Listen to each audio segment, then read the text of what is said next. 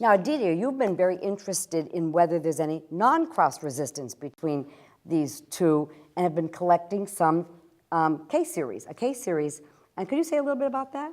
So essentially, as was being discussed earlier, it appears that palbo and ribo are very similar, and abema is comparatively slightly different from ribo and palbociclib. And if you look at the approval of abema, it's also approved as monotherapy. So, but what we don't know is if you have a patient who's progressed on AI plus palbo or faslodex plus ribo, can you use abema as monotherapy in that setting? So we just looked at our experience along with your experience in US oncology to see what's the response rate in patients who have received prior CDK4/6 inhibitor, be it palbo or ribo, and then receive abemaciclib. And what we see is that there's a small subset of patients who continue to derive benefit with abemaciclib even if they've had disease progression on prior palbo or ribo.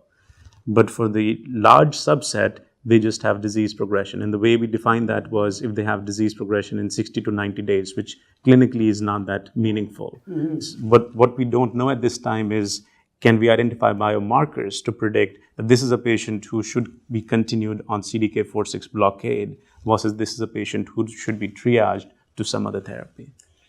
And I think we talked about that a few weeks ago, actually. And I'd love to get involved with this. Yes, you know, it's in the middle of this, but I'd love to get involved because we have cases too. We ought to pool our data together. We can probably do a case series of this group. Okay, seriously, I have a couple just like that. I don't know how many you have. So, how many do you have in your case series, by the way?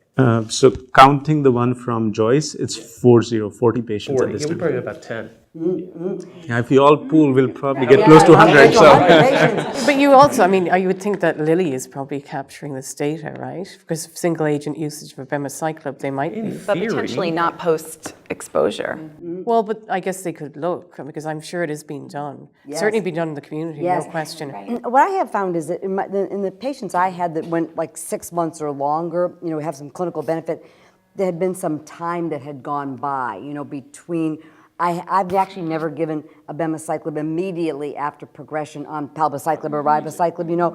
But if some time had gone by, then I had actually had some patients that did benefit. Even a few who had marked liver metastasis, you know, very quite light line in the Monarch 1 population who hadn't particularly benefited from palbociclib or ribociclib up front, and then for whatever they did benefit. So I have seen some and you have too. Has it been with some period of time gone by, or? That's a good question. We've not specifically looked at that point, but one could make a case that if you give a CDK4/6 break, if you will, it would resensitize the cells to CDK4/6 inhibition again. Yeah. Yeah.